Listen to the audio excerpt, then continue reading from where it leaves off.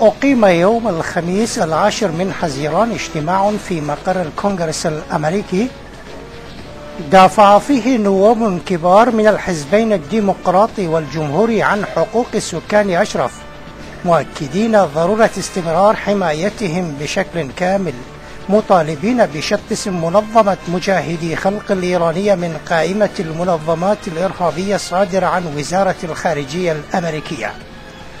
وفي هذا الاجتماع الذي شارك فيه عدد كبير من نواب الكونغرس ومساعديهم وموظفي الكونغرس، أعلن عن لائحة ل100,000 من المواطنين الإيرانيين من مختلف المدن الإيرانية تخاطب الرئيس الأمريكي وتؤكد ضرورة شطب اسم منظمة مجاهدي خلق الإيرانية من قائمة الإرهاب الأمريكية. وفيما يلي فقرات من كلمات النواب. First, I want to thank everybody for being here in support of democracy in Iran. The world would be better, and of course Iran would be better, if the people of Iran were able to have a government worthy of their great culture, worthy of their great history.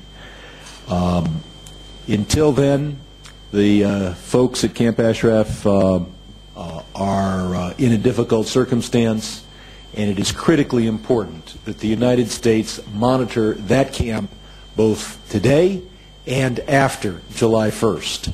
We cannot allow a human rights catastrophe to occur in Iraq just because we are in the process of leaving.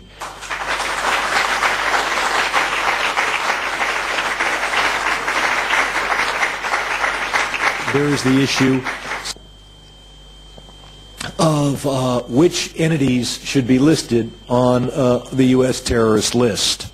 It is more questionable to list on that list entities which are not entities that are not enemies of the United States. I have difficulty understanding what has the MEK done in anything remote, in recent times, that it causes the MEK to be on that list. I do know that there is no entity more feared, more hated by the mullahs who run Iran than the MEK, which is perhaps the finest compliment that could be paid to that organization.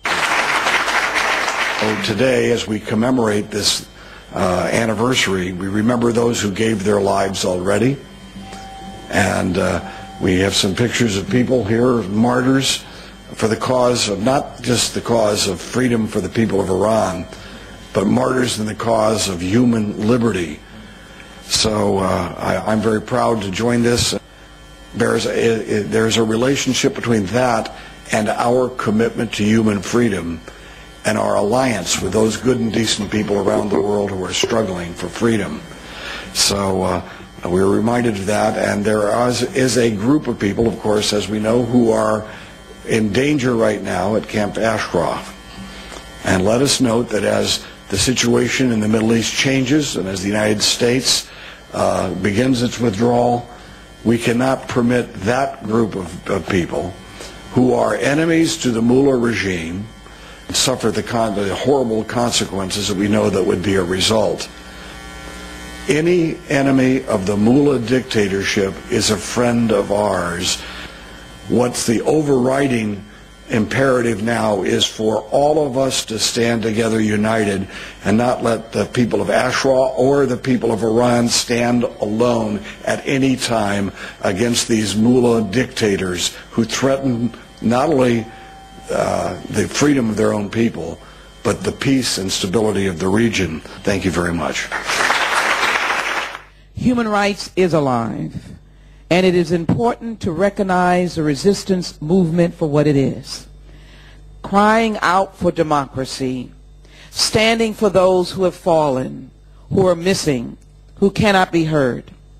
And so I am overwhelmed by the response of 100,000 to stand and declare that the resistance movement is a movement of democracy and a movement of human rights and a movement of freedom.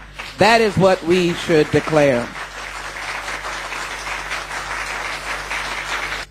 Camp Ashraf will not be forgotten. I will continue to press for the safety of those in that camp, even as the Iraqi government changes.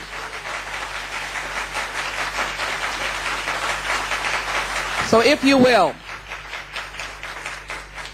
take your cause, as you have done, close to your heart. Know that we will be able to sing the song, not that we shall overcome, but that we have overcome. Thank you so very much to each and every one of you. We have the situation in Iran where the government has enslaved a people and denied them the human right of freedom. This week, just this week, the government has executed 27 Iranian political prisoners.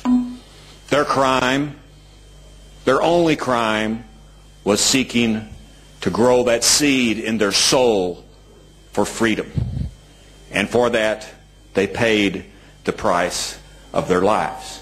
And we're not just watching what takes place in Iran.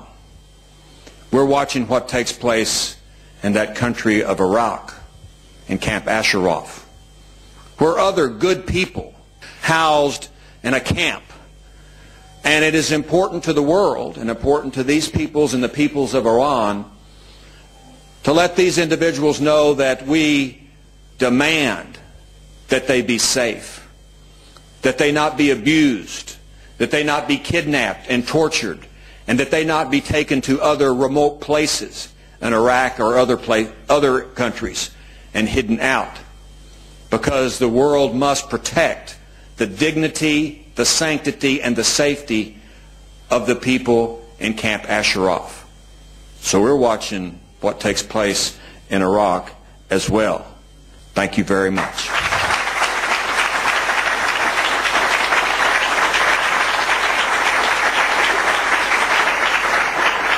And we are especially outraged when this government has perpetrated these political executions against your own people. The outrageous killings of even the families of those at Camp Ashraf is beyond my ability to express. It is a terrible, evil thing, and I want you to know that it does not go unnoticed by many of us here in this country. It's tragic in my mind that our own government hasn't stood up to the repressive government of Ahmadinejad and the mullahs. And sometimes it just amazes me that it is left on the shoulders of those like the dissidents in Iran, like those that are seeking freedom, to somehow save the world. But that's, in a sense, one of the challenges that you have. And I hope that we somehow can support the dissidents of Iran, somehow let them know that we believe in their cause and that we appreciate the sacrifices that they've made and the tremendous danger that they have incurred. Thank you all very much. Thank you for me to join you in this most important briefing. And even though I'd known about the horrors, I just couldn't believe it. And I could not believe that relatives who were visiting their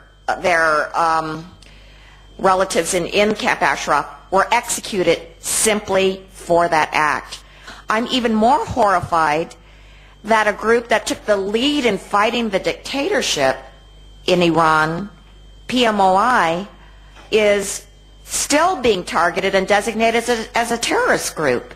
That is so unjust, and they're still being considered in this designation despite the fact that the EU and Britain have lifted that designation. This is totally unfair to continue for the U.S. to have that designation.